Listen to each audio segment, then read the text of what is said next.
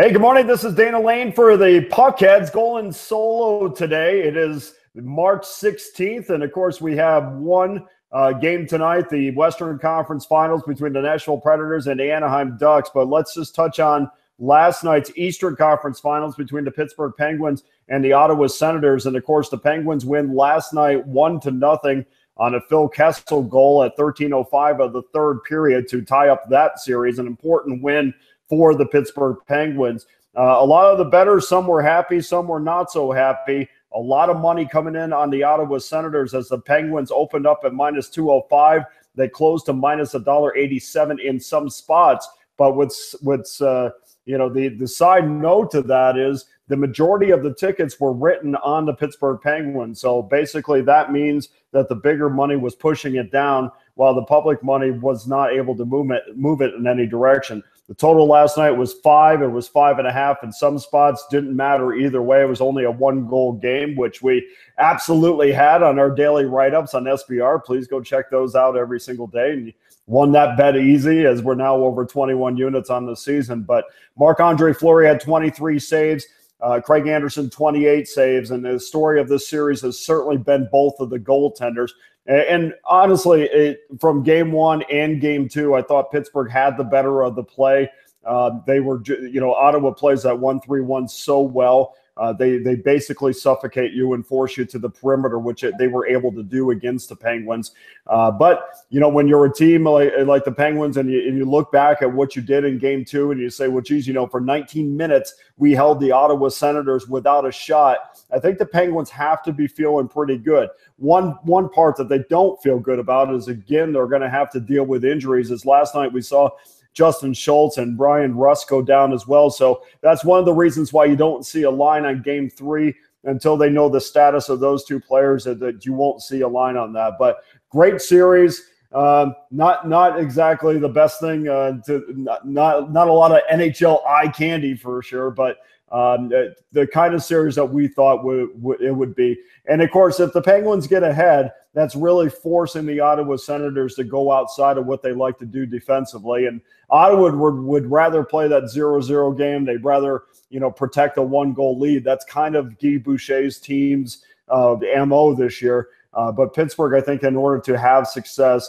as we saw last night, they need to take that early lead. And once they do so, I think they're definitively better than the Ottawa Senators. So going on to tonight, the Nashville Predators is a healthy favorite over the Anaheim Ducks. So minus $1.40. The total right now is at 5, minus $1.25 shaded to the over. You can find that at 5 dimes, and that Nashville minus $1.40. You can find that at Matchbook.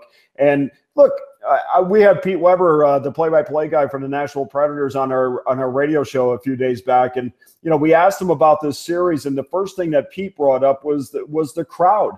And it wasn't anything that had to do with anything on the ice. It was the crowd noise. And he was talking about the decibel level. And, not too much do I put emphasis on home ice advantage, but I certainly do in this regard. I mean, if you watch these games on TV, you definitely can hear and feel the energy coming from the Bridgestone Arena. So I don't expect, with this being their first conference final in their history, I don't expect anything different from this home crowd. And much has been made about the Nashville Predators being undefeated at Bridgestone, and that's absolutely true. But let's not also forget that goes back to last season as well. So this season and last season, they're actually on a 9-0 streak at home at Bridgestone. So the Predators play very well at home, and I think you have to take that into account as well. As far as the total is concerned, here's a trend that you really can't overlook.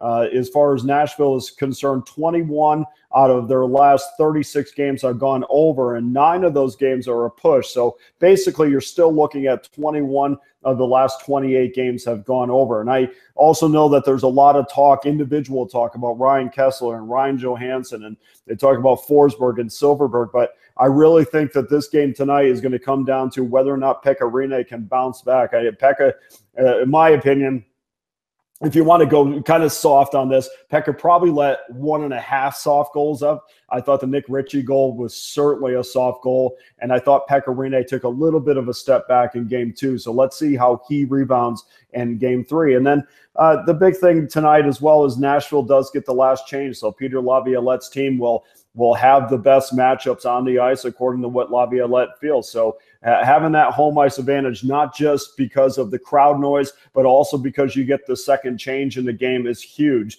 And for that reason, I'm going to go with Nashville tonight, minus $1.40. And we're also going to go over 5, minus $1.25, which is also, again, what you can find at Matchbook. And guys, also, every single day, make sure you go to SBR Picks because I have my write-ups every single day. And if you have followed those to a T, you guys know how powerful those are. So don't overlook that on a daily basis. I know you like to come and see PuckHeads 3 times a day, but you basically can get our selections every single day, and we've done extremely well. Also, go to the SBR odds page to make sure you get the best line available, which is very important to your bankroll. So once again, Nashville minus $1.40, over 5. Wish you guys nothing but the best. I'm Dana Lane for PuckHeads, and we'll see you on Saturday. Hey guys, thanks for tuning in to our channel. Now, we've put a lot of work into producing all these free videos, so please help us out and keep all our content free for you forever by simply liking, sharing, commenting, and subscribing. Now, not to mention, a visit to our industry-leading website will warm the hearts of all our SBR employees, especially myself. Now, the links are over there to the left, so do check those out. Thanks for watching.